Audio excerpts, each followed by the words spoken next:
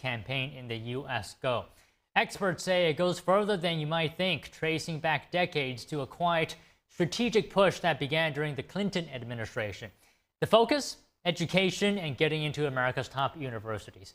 Here's the host of American Thought Leaders, Yanya Kellick, breaking it all down with retired General Michael Flynn, former National Security Advisor to President Trump.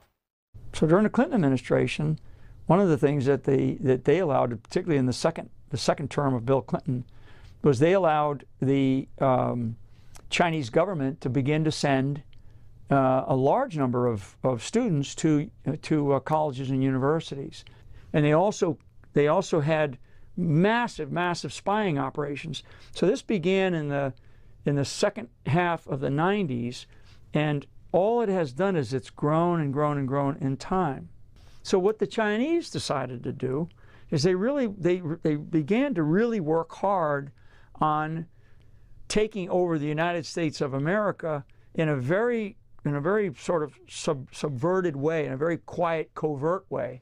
So all ties into 2016 and 2017 and your question about this famous conversation I had with the Russian ambassador, which amounted to nothing, right? They knew, and you can go back and look at, a lot of other things that I've said over time or I've written about, and I've been writing about things for a long time, about this issue, about the rise of communism in the United States of America. What drives me is this country, and that's where Trump and I connected. If there's one thing that we both firmly believe in, it's the greatness of America. From fentanyl to biowarfare, Flynn says China's strategy is extensive, all aimed at weakening America from the inside. And with tensions rising, he warns the stakes are just as high on the global stage. Flynn was asked whether President Trump could pull off a bold geopolitical move, breaking up China's alliance with Russia. So the Chinese were very smart about who they were going to work with. And they began to work with the drug cartels because, one, it's a lot of money, but that's less of it for them. The money is an element of it, but it's about undermining and basically physically, intellectually, emotionally, spiritually killing the United States of America, and doing it in such a damaging way.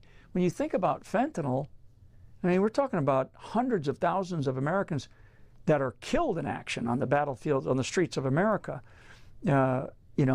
Never mind the wounded in action, right? To use military terms. And that's the unrestricted battlefield from the Chinese perspective, which is everything. Yeah. One of the things that we know recently, but it doesn't get a lot of coverage in the mainstream media, is the use of biological warfare against our farming industry.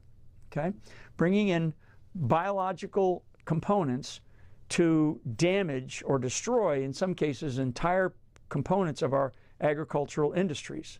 Okay, of our farming capabilities.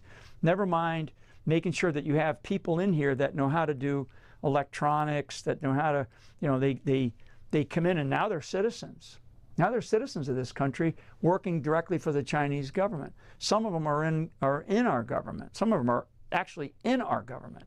So two quick questions just as we actually finish up. One is, do you think President Trump, given the difficult realities, frankly, could be able to pull off a reverse Kissinger and pull Russia out of this deep, no limits, as it's called, alliance with the Chinese Communist Party? Yeah, I do believe that. I do believe that Trump has the potential and the capability and the intellect to do it. I do know that if he doesn't, the Russian leadership is desperately afraid of China taking over Russia. And east of the people that want to study geography, if you look at the Ural Mountains, east of the Ural Mountains is an extraordinary amount of resources, and the Chinese want it. And the Chinese right now, as I sit here with you, they are working to take over a lot of those resources. So Trump can do it. If there's one person that can do it, he can pull Russia out of that orbit. If we don't, then we have an alliance that's much more dangerous for the existence of the United States of America. And there are people in our government that want that. They want that tension, and we can't have it. To watch the full episode, visit American Thought Leaders with Yanya Kellick at theepochtimes.com. And China